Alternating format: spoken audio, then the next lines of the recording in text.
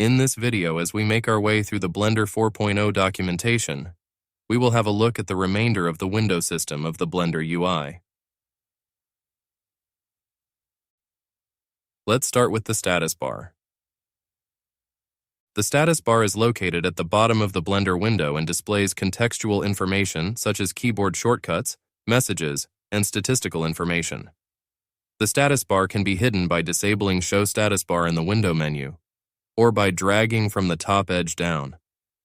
If we look to the left here, we see mouse button shortcuts and the key map of the Active tool. In editors with a toolbar, tapping Alt or Option shows the hotkeys to change to a desired tool. If you do not have this functionality or want to disable it, it can be toggled within the preferences by going to Edit, Preferences, Key Map, and toggling this box here that says Alt-Click Tool Prompt. Looking to the middle, we see status messages. Well, we could if we had one running, like rendering a scene. We would see the status of a running and the progress bar for said task. We would also be able to see that there is an X here that we could click to stop the running task. And lastly, for the status bar, we see resource information. We can toggle these on or off with the right mouse button.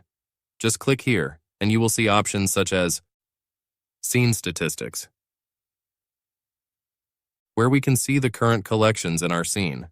We see the name of the active collection, the name of the active object, and information about the geometry of the current scene.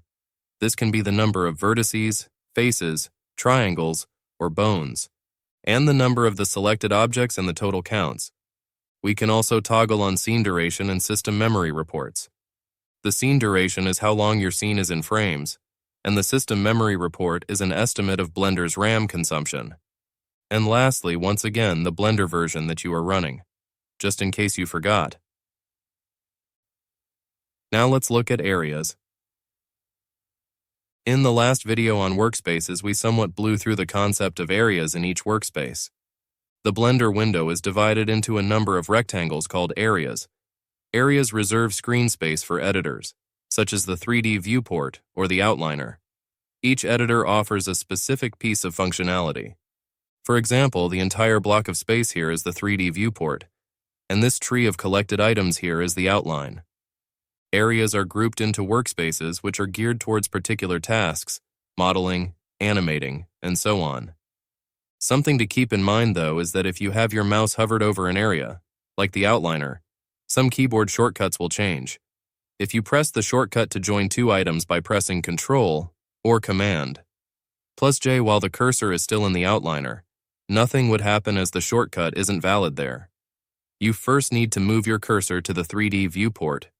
You can resize areas by dragging their borders with left mouse button. Move your mouse cursor over the border between two areas so that the cursor changes to a double-headed arrow, and then click and drag. You may have noticed that I did this in the video on workspaces so that I could get a better view of the tools. If you want to split an area, you can move your cursor to the corner of an area and simply duplicate it when your mouse turns into a plus icon with the left mouse button. Simply drag the new area inward to where you want it horizontally or vertically. To join or rejoin an area, repeat the same steps but drag outward. The area that will be closed shows a dark overlay. Once you're ready, release the left mouse button. If you started this process and don't want to commit to the change, you can press the escape key to exit and not join your areas. Right-clicking while in the corner displays area options, allowing you vertically or horizontally split with an indicator instead of dragging your mouse. There are also options to join and swap areas around from this menu. You can also swap the contents of two areas by pressing Ctrl or Command plus the left mouse button and dragging on one of the corners of the initial area towards the target area and releasing the mouse there. The two areas do not need to be side by side, though they must be inside the same window. You can duplicate an area into a new window by going to the top bar and clicking View, Area, Duplicate Area into New Window. This window is not a new instance of Blender. You can use it on a second monitor if you happen to have one. You can also create a new window from an existing area by pressing Shift plus the left mouse button on an area corner, then dragging outward slightly.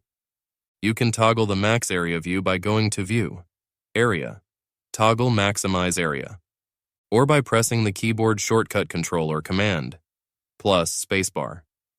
You can also toggle the area in full screen by going to View, Area, Toggle Full Screen Area, or by pressing the keyboard shortcut Control or Command plus Alt, or Option plus spacebar. Next, let's have a look at regions.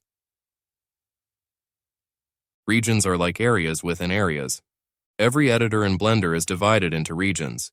Regions can have smaller structuring elements like tabs and panels with buttons, controls, and widgets placed within them.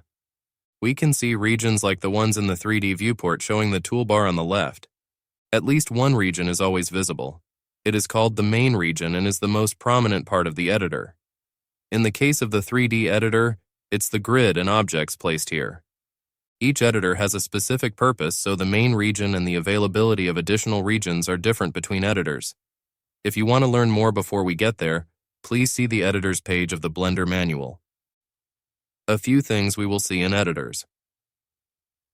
Areas will have a header, which is a small horizontal strip, which sits either at the top or bottom of an area. All editors have a header acting as a container for menus and commonly used tools. Menus and buttons will change with the editor type and the selected object and mode. Right-clicking on a head will show its context menu, which will give you a few options to move things around and split the areas as we saw a moment ago. You can also show and hide the headers. The toolbar on the left side of the editor area contains a set of interactive tools. T toggles the visibility of the toolbar. Right-clicking on any of these can take you to the manual for more information how they work. On the strip just below the header strip here, we see the Tool Settings region. This can sometimes be at the bottom. The Adjust Last Operation region. The Adjust Last Operation is a region that allows tweaking an operator after running it. For example, if you just added a cube, you can use this region to tweak its size. The sidebar on the right side of the editor area contains panels with settings of objects within the editor and the editor itself. N toggles the visibility of the sidebar. The footer region. Some editors show a bar, on top or bottom of the editor area, that displays information about, for example, the active tool or operator. Your region can be scrolled vertically or horizontally with the middle mouse button, or with the scroll wheel on your mouse. Some regions, like the animation timeline, have their own widgets. Scrolling on the mouse with these can compress or expand the area, allowing you to zoom in or out and change the detail. You can change the size of a region the same way as changing that of an area. The same grab and slide rules apply. And lastly, we have tabs and panels. This is a subsection of regions. All of the same rules apply. I think we have pretty much covered how they work, but these are sort of like a region within a region, which is like an area within an area. That is all we are going to cover for this video on the Blender UI. Thank you for making it all the way to the end. I hope that you learned as much as I did. If you enjoyed this video, please don't forget to like and subscribe. See you next time.